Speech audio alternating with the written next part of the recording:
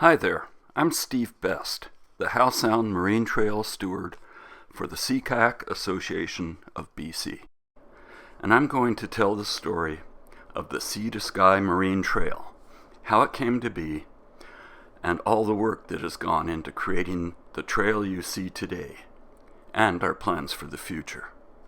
Much of the focus will be on the work of the Sea Kayak Association of BC, or SCA-BC, a member club of BC Marine Trails. SCA-BC has partnered with BC Marine Trails in the creation and development of the Sea to Sky Trail, and has partnered with Recreation Sites and Trails BC in the development and maintenance of the trail. The idea of a marine trail in Howe Sound came to be in 2010, when Trans-Canada Trail, which already crossed Canada east-west, was extending their trail north-south, connecting Victoria to Tuktoyaktuk. When it came to linking the ferry terminal in Horseshoe Bay with the trailhead in Squamish, the coastline of Howe Sound was just too steep for a land trail, and the idea of a marine trail was born. Trans-Canada Trail partnered with BC Marine Trail Network Association, and it proved to be a marriage made in heaven. The current version of BC Marine Trails had only been in existence for a year or so. The Sea to Sky Marine Trail would be their first trail, and it would prove to be an example that any other marine trail would have to strive to match. BC Marine Trails provided the expertise to build a trail, and Trans-Canada Trail provided the political will to make it happen. It took 5 years to put the trail together. There were 3 provincial parks already providing camping in Howe Sound, but that left an awful lot of Howe Sound coastline without camping opportunities. The coastline of Howe Sound was combed for potential sites, and land ownership was investigated. In the end, 6 sites were identified and turned into provincial recreation sites. A highway and a rail line run up the east side of Howe Sound. So, unsurprisingly, all 6 sites are either on Gambier Island or the west side of Howe Sound. On June 14th, 2015, the trail had its grand opening, with the participation of the Squamish First Nation and the Lieutenant Governor of British Columbia, along with Recreation Sites and Trails BC's District Recreation Officer Alistair McCrone, MLA Jordan Sturdies, and the gentleman on the right is Gordon McKeever. Gordon was brought aboard as a consultant by Trans-Canada Trail and was very instrumental in making the trail happen. Sadly, Gordon died not long after the opening of the trail, and he is sorely missed. The trail is made up of 7 main launch sites around the shores of Howe Sound,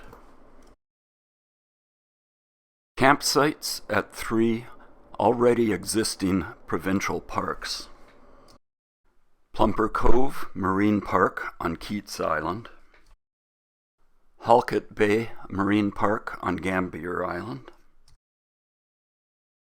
Porto Cove Provincial Park on the highway halfway up the east coast of Howe Sound. Completing the trail were campsites at 6 newly created recreation sites. The 6 sites are Ramillies Channel on the east side of Gambier Island,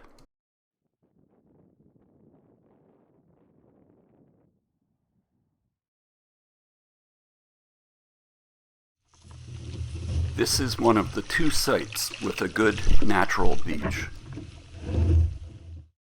and above the beach a level terrace for camping, with more camping at the top of the beach or just above it. Bain Creek is the farthest site, on the west side of Howe Sound, just 4 kilometers north of Port Mellon. It was a boulder beach to begin with, but with some hard work by volunteers, a boat run was cleared.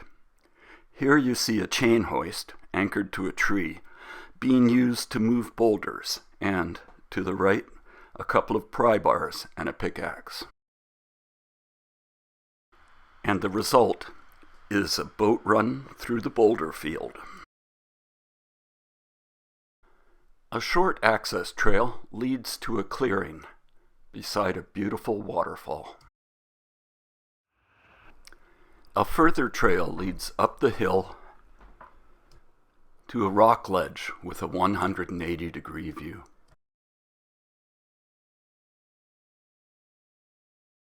Thornborough Channel, 6 kilometers up the coast from Bain.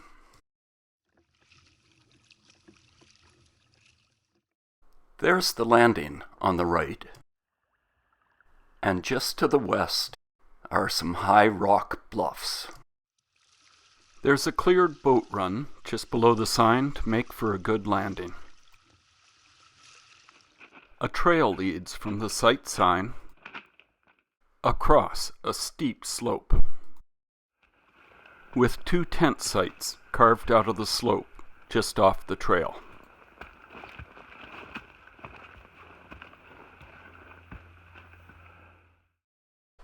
This is a full-grown cougar we encountered at Thornborough during our 2018 table delivery to this site, so you want to be wildlife aware at any of these sites. The trail continues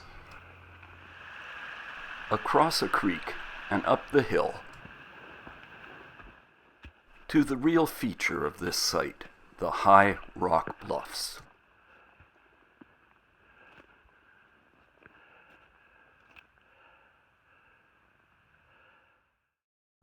Which make for some awesome campsites with room for several tents.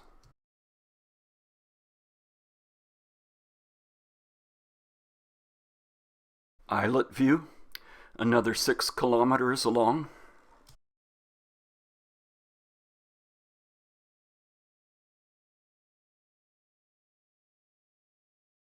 Another boulder beach to start with. But more hard work by volunteers created another excellent boat run. Heading up from the boat run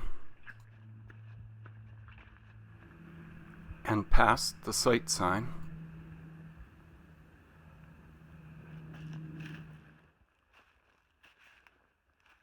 there's a leveled tent pad beside the main clearing, and room for a couple of more tents in the main clearing itself.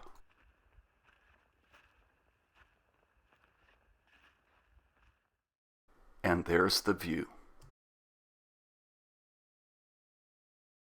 Sorrow Bay is 4.5 kilometers further up the coast from Islet View. Sorrow Bay is on the north side of a rocky headland sticking out from the Howe Sound shore. Sorrow Bay has the best natural beach of the 6 sites. Because of its nice beach and proximity to Squamish, Sorrow Bay sees more powerboat use than any other sites. A trail leads up the hill to a benchland where several tent sites were carved out.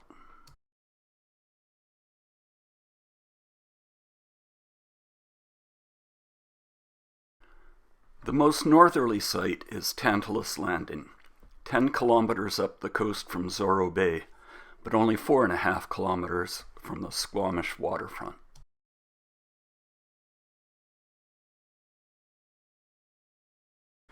Tantalus was the most challenging site to land at. Volunteers moved large boulders to create a boat run, although some really large boulders remained at the top of the run. Coming in to land on the boat run at Tantalus,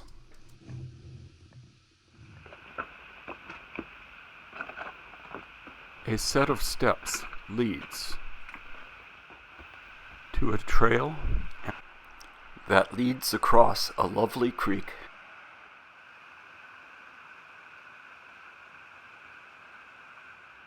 past an alternate landing beach that's good at high tide. The trail carries on to the main clearing that can accommodate several tents and has a lovely rock outlook. At the time of the grand opening, all of the sites had places to land, site signs, and cleared tent pads with trails connecting them. In March of 2017, SCA-BC, the local kayak club, entered into a partnership agreement with Recreation Sites and Trails BC to develop and maintain the 6 newly created campsites. And in 2017, the first year of SCA-BC's stewardship, it was decided to put in bear-proof food caches, or bear bins, at all of the sites using volunteer labor. Nick Heath led our volunteer effort. He purchased steel job site toolboxes at Summit Tools, painted them green, and led teams out to the sites in July of 2017 to install them. Also in 2017, I retired, sold my house in North Vancouver, and moved to Squamish. In the fall of 2017, Nick recruited me as SCA-BC's first Howe Sound Marine Trail steward. I may have the title, but it started out very much as a mentorship, and to this day, Nick has remained very much a partner in everything we have accomplished in Howe Sound. We had to know what kind of use the sites were getting in order to decide what to do at which sites. Visitor logbooks were installed at all of the sites in the spring of 2018.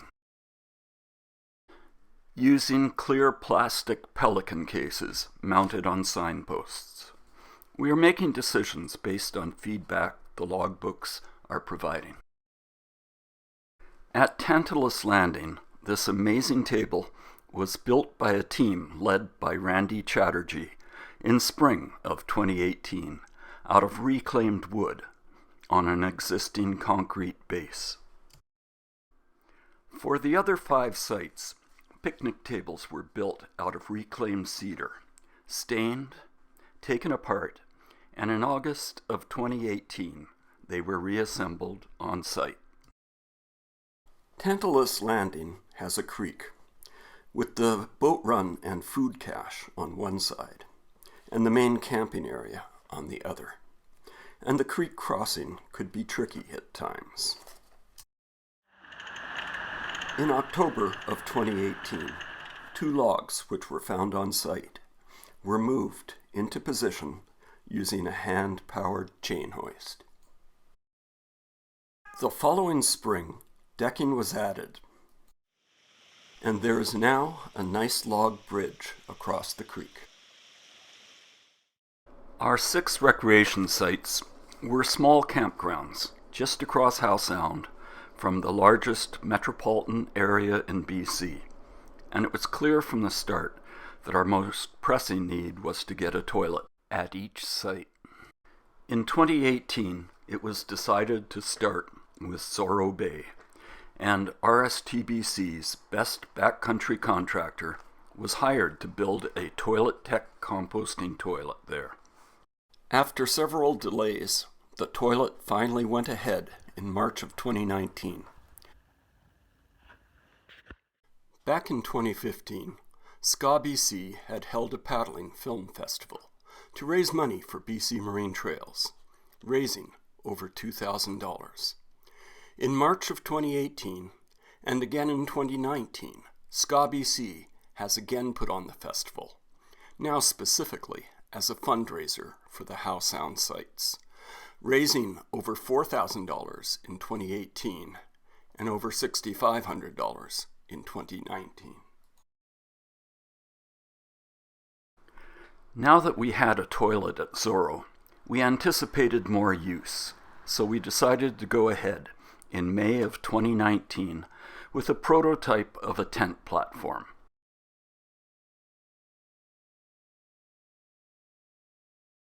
Meanwhile, Nick had come up with an idea for a new type of composting toilet. The first toilet at Zorro is pretty nice, but it was also pretty expensive, and it has moving parts which could break down. Together with architect Mick Allen, they came up with a prototype design for a composting toilet using recycling bins.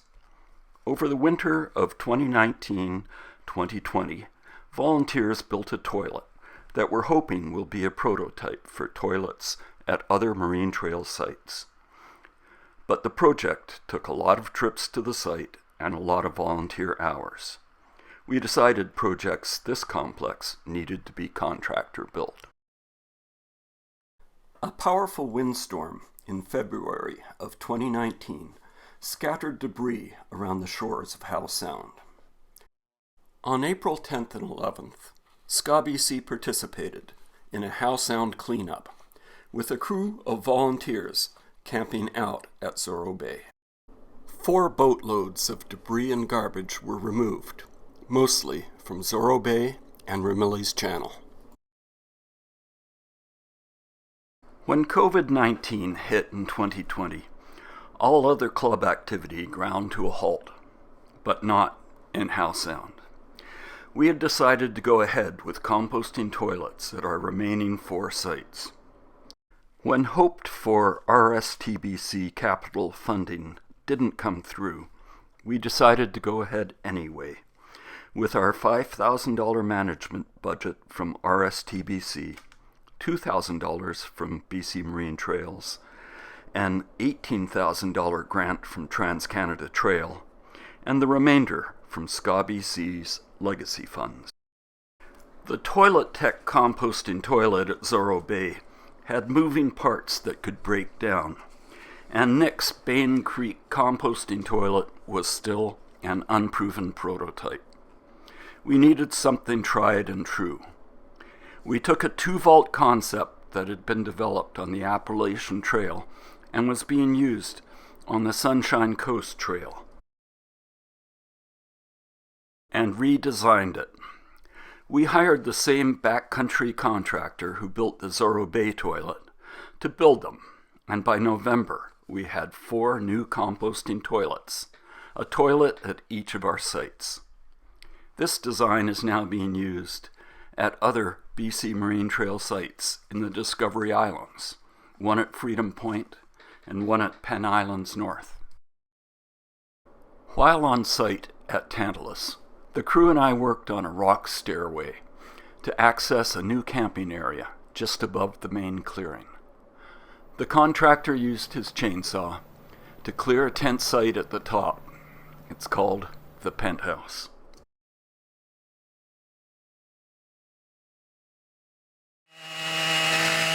While he was at Islet View, the contractor used his chainsaw skills to carve out a trail to a new camping area called the Plateau. Volunteers then added steps in the trail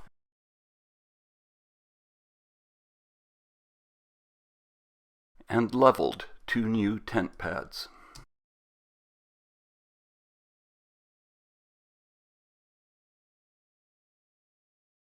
And at Thornborough, the contractor returned to the site to build a log bridge across the creek. All possible tent pads on level ground at our sites had already been developed, so if we wanted to add capacity at any of our sites, the future would be tent platforms. While the 4 toilets were being completed, a team of volunteers built our second tent platform, this time on the high rock bluff at Thornborough Channel. The 4 new toilets need wood shavings added to help them compost, so the next development in Howe Sound was the establishment of the Howe Sound team, with site stewards recruited for each of the 6 recreation sites that SCA-BC looks after. The site stewards and their teams have carried out spring, summer, and fall site inspections at their sites, as well as work parties at some of the sites. In 2021, the Squamish-Lillooet Regional District came through with a $10,000 grant to stimulate the local economy and improve tourism infrastructure. The same backcountry contractor who built our composting toilets built 3 tent platforms and a second table at Zorro Bay. It looked like some of our visitor logbook cases were leaking, with the logbooks getting soaked and mildewed. In response, Deb Merchant's husband, Richard, built these amazing little houses for the logbooks. Here you see one installed at Tantalus Landing. Unlike the previous cases, these are very user-friendly, and they're doing a great job of keeping the logbooks dry. In 2021, Murray Sovereign, owner of Valhalla Pier Outfitters in Squamish, donated $9,000 from his Valhalla Squamish Trail Fund toward tent platforms at 2 sites on the Sea to Sky Marine Trail. We had 2 suppliers mill cedar for 5 platforms, and in September of 2021, we delivered the lumber for 3 10-foot by 10-foot platforms to Tantalus Landing and for 2 12-foot by 12-foot platforms to Islet View. Nasty weather held up construction until spring, but in April and May of 2022, we built the 3 platforms at Tantalus Landing.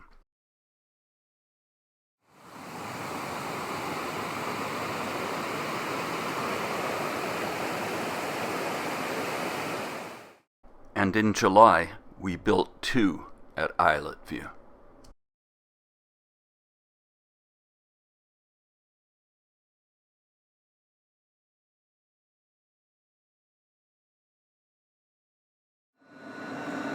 That brings us to 2023. Back in November of 2022, we applied for a Destination BC grant, and then, in the spring, we received a 30% matching grant from Trans-Canada Trail. While waiting to hear about the first grant, we had the opportunity to purchase enough yellow cedar for 5 tent platforms, 2 to go at Zorro Bay and 3 at Thornborough Channel. We had it delivered to the Ministry of Forest Works Yard in Squamish, where we cut it to size and stacked it, waiting for us. RSTBC hired a trail crew in 2023, and we put them to good use, camping overnight at Tantalus Landing in May to clear the massive boulders at the top of the boat run, and camping out in August at Zorro Bay, where they built an access trail to the site for the new tent platforms. Meanwhile, Philip Kubik, site steward for Bain Creek, has been busy with his site. He and his team have built steps up the hill, cleared a new boat run in a location where it's easier to get your kayak up the bank, built a rack to store your kayak on, and cleared the mess left when a wildfire crew felled a massive danger tree. His team has included Ken Bigelow, who showed his amazing chainsaw skills building this log bridge across the creek at Bain, completely from materials found on site.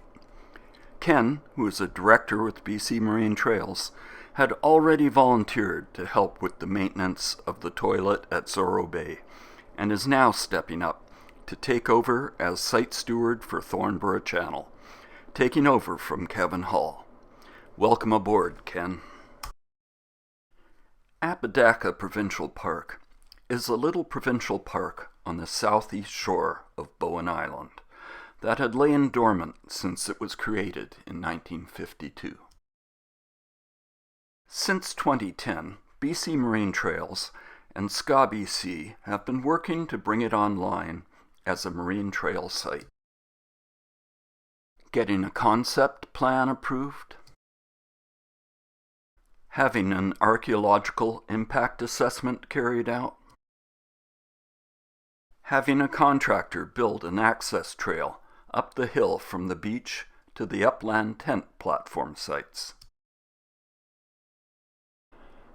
and having cedar milled for 4 tent platforms.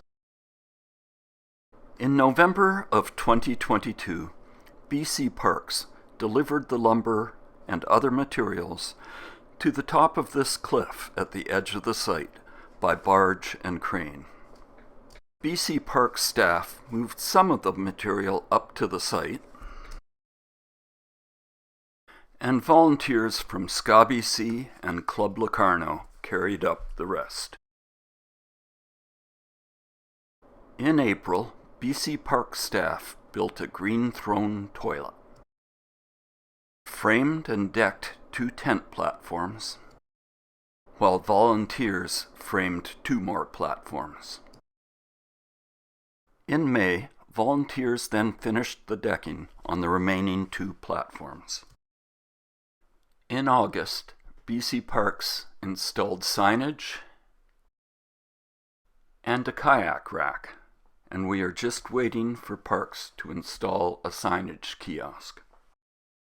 After 13 years of lobbying, funding, and volunteer labor, this campsite is finally a reality, although it remains a day-use site until officially opened for camping by BC Parks with a First Nations opening ceremony. And that Destination BC grant we were waiting to hear about? Well, it's just been announced that we did get it. Together with the 30% matching grant from Trans-Canada Trail and $3,000 from a film festival put on by Valhalla Pure, it will allow us to hire backcountry contractors to build the 5 tent platforms at Zorro Bay and Thornborough Channel, and to replace our steel food caches, which are rusting out after 6 years, with new aluminum ones. That brings us up to date in Howe Sound. I hope you've enjoyed hearing about all the work that the Sea Kayak Association of BC has been doing on the Sea to Sky Marine Trail.